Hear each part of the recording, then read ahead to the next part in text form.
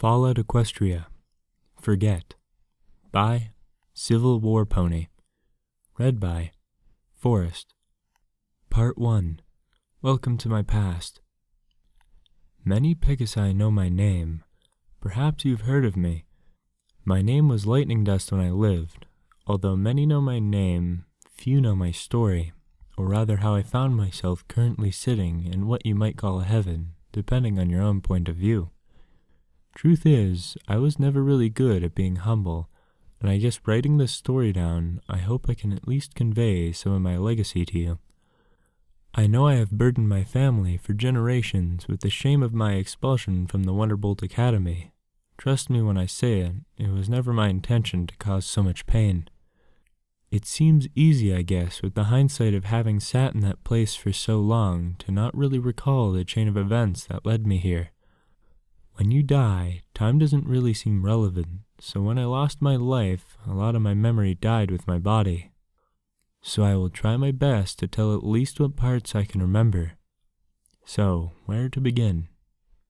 I guess a good place to start would be back before the war to really let you get a sense of who I was.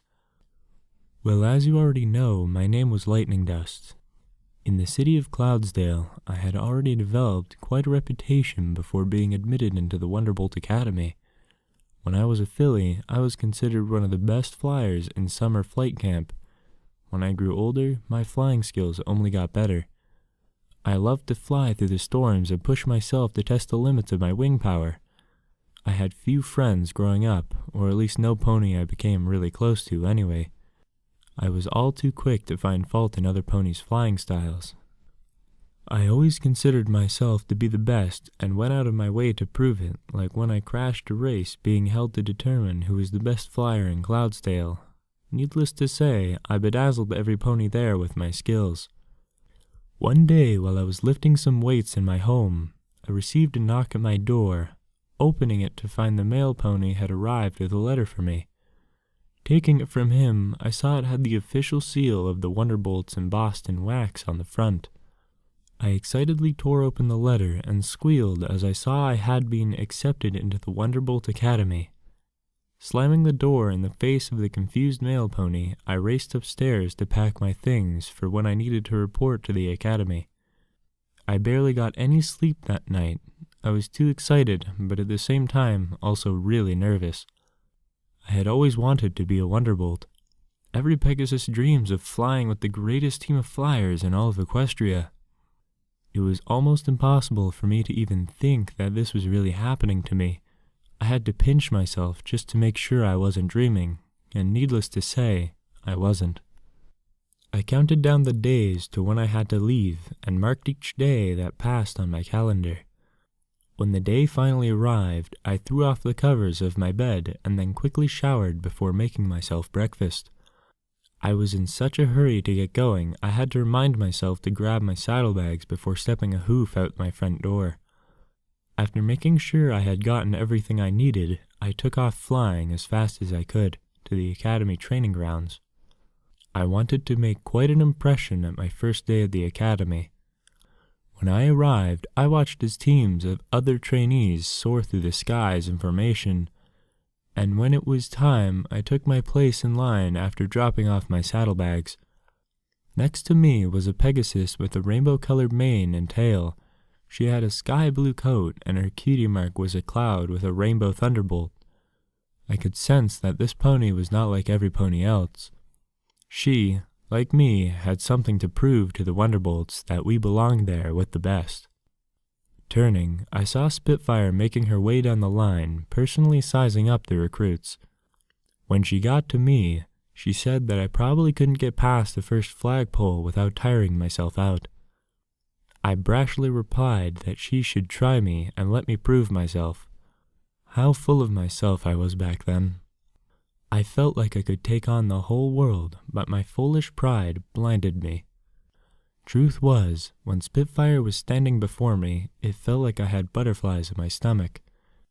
I was shaking so much, I'm surprised that Spitfire didn't notice, or even say anything to me. I had to prove myself with every task that the Wonderbolt trainers threw at us. My wing pony, the The Pegasus that I noticed before with such passion in her eyes was some pony who I felt was my equal there. Rainbow Dash was her name, and I simply thought that we could accomplish anything together. But she wasn't willing to do the things I was in order to be the best, or at least win. Life was a competition after all, every pony trying to prove why they deserved to fly with the greatest team in all of Equestria. As the days passed by in the academy, I developed a reputation as a pony that was willing to win no matter the consequences, and also as the hardest working pony. My wingmate Rainbow Dash wasn't so pleased at being paired with me. Outwardly, she didn't voice her concerns to me, and honestly, I didn't take much notice of it. There were a few times where I thought less of her. I figured maybe she wasn't the kind of pony who had the guts to succeed her academy. The only pony that didn't seem to care about my reputation was a pony named Thunderlane. I didn't really think much of him at the beginning. At our first inspection by Spitfire, he was really jittery and wouldn't even make eye contact with her. But after getting to know him, I saw another side. But something about him caught my eye. After our first exposure to the Dizzytron, I found him puking his guts out behind a tree. He didn't notice me approach, and I nearly gave him a heart attack when I said hello. At first, he was confused as to why I approached him. I have to admit that I wasn't sure why I was even talking to him, but after a while I struck up a conversation with him. I asked why he was even at the academy. He replied that he had a few of his ancestors who were former Wonderbolts, and that also he just liked to be able to prove himself. His parents always thought of him as a lazy fool who would always need their help, and that this would prove to them that he could do something on his own. When I asked what he thought of me, he simply shrugged and said he didn't really care about what other ponies thought of me. He understood that I was here to prove myself, and that he could identify with that. After our first talk, I often found myself stealing glimpses of Thunderlane as he trained. He was brave, kind, and he actually tried his hardest even when it didn't seem good enough. Also, he lived up to his reputation. He was very lazy. This probably his only fault that I could find. He would frequently be late for morning inspection when we would check our gear before the day's training. Often I would find him still asleep in the barracks. Once, in order to wake him up, I had to pour icy water over his head. Needlessly to say, he woke up pretty quickly after that and never missed a morning assembly. We seemed to hit it off after, when he expressed that he cared for me. I had come to the academy for one reason, and that was to be the best Wonderbolt ever, but now I hadn't expected to fall head over hooves for some pony. Another part of me, though, had hoped this would happen. I mean, he made me feel in ways that I never had before. I would giggle when he smiled at me, and my face would turn beet red.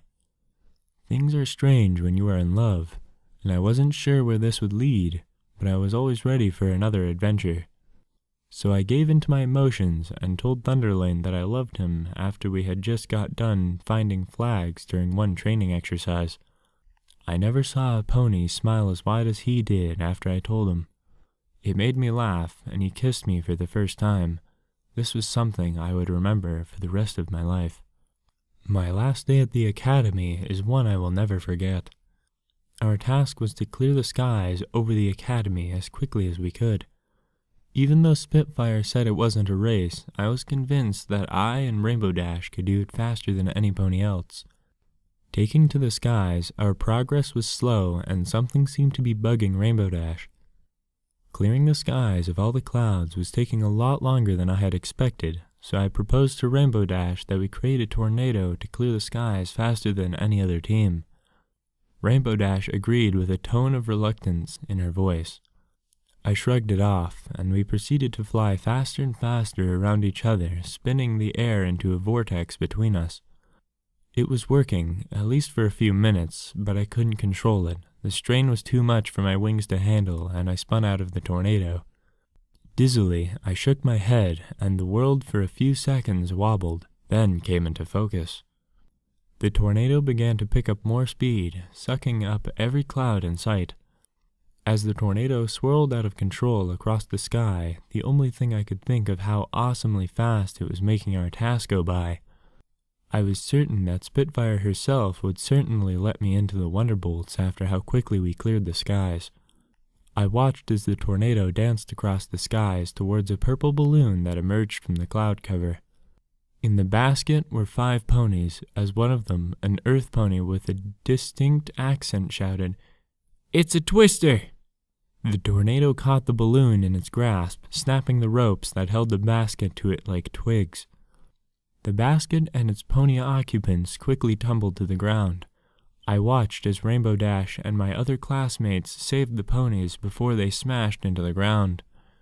I wasn't able to help them because I was still stunned how quickly I had lost control of the tornado. I am not and have never been good at losing control of things. Call me a sore loser, but I like to win and succeed at any cost, or at least I did then anyways. Rainbow Dash and her friends safely landed on the ground, and I flew down to her, expressing how awesome it was at how quickly we had cleared the skies, and that none of the other pony teams were even going to catch up to us. I offered my hoof for a hoof bump, but Rainbow Dash turned it aside and began criticizing me for my behavior. I remember feeling a bit agitated at her calling me out in front of every pony. After all, it was because of me that we were considered one of the best teams at the academy. She told me that she also wanted to be one of the best, but I wasn't going to accomplish being the best in the way that I was going about it. I reminded her that it was Spitfire herself that made me the leader of our team, and that Rainbow Dash was only a wing pony. After that, she stormed off to Spitfire's office, while I went to the mess hall to meet up with Thunderlane. Whatever she said to Spitfire had obviously made an effect, because during my meal, a few of the Wonderbolt trainers found me and said that I had to come with them. I was led before Spitfire and told that I was going to be expelled from the Wonderbolt Academy. I could have sworn that in that moment my jaw hit the floor. To make the embarrassment even worse, I was led before Rainbow Dash and her friends, where I was stripped of my wing pony leader pin and quickly escorted out of sight. I barely had time to pack the few things I had brought with me to the academy in my saddlebags before the trainers forced me to leave. I only caught a glimpse of Thunderlane as I left. He was soaring happily behind Rainbow Dash. I was certain that he would never forgive me for the way I had acted, but I was wrong about that.